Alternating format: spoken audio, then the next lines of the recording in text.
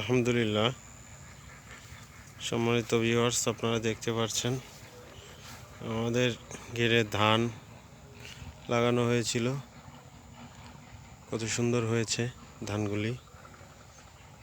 তাছাড়া একটা জিনিস আপনাদের দেখায়, মজার বিষয়, গাছে মনে হচ্ছে লাল লাল আপেল ধরে আছে, থোকায় থোকায় আপেল। এখন এই এত পরিমাণের আছে যে আপনি ভাবতেও পারবেন না যে আমাদের গাছগুলিতে এত পরিমাণ আপেল রয়েছে এখনো। এগুলো এখান থেকে বিক্রি হচ্ছে না, কৃষকরা দাম পাচ্ছে না, যার কারণে এই টমেটো বা আপেলগুলি গাছে রয়েছে। এখান থেকে যে হারভেস্ট করে কৃষক বাজারে নিয়ে যাবে, তার যে কস্টিং, এই কস্টিংটা পর্যন্ত উঠতেছে না, এতটা দাম কম এখানে। যার কারণে কৃষক এটা হারভেস্ট করা বা উঠানো বন্ধ করে দিচ্ছে। আপনারা নিজ চোখে দেখতে পাচ্ছেন প্রচুর পরিমাণে টমেটো। মনে হচ্ছে থোকায় থোকায়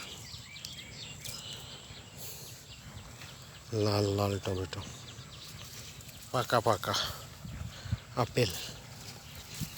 আমাদের দেশে যদি বিভিন্ন সস কোম্পানি আছে, ওনারা একটা পদক্ষেপ নিত, তো অবশ্যই আমি আশা করি এখানে কৃষকরা লাভবান হতো বা বেঁচে যাইতো।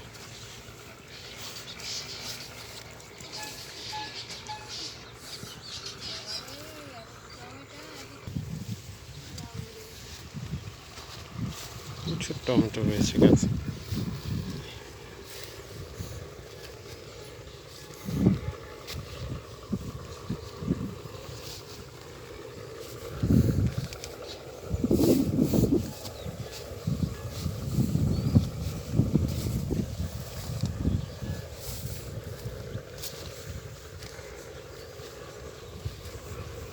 প্রচুর টমেটো রয়েছে,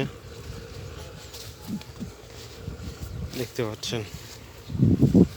কল্পনাও করতে পারবেন না এত পরিমাণ টমেটো এখনো গাছগুলোতে আছে। প্রচুর পরিমাণের টমেটো এখনো গাছগুলোতে রয়েছে। তো এখান থেকে টমেটোগুলো উঠানোর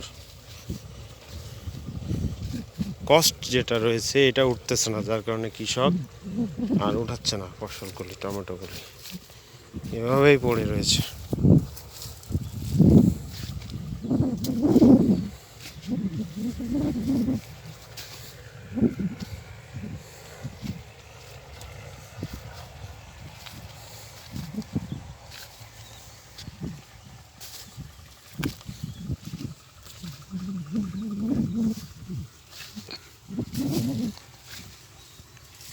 দেখেন, শুধু একটু দেখেন কি পরিমাণ টমেটো এখানে রয়েছে।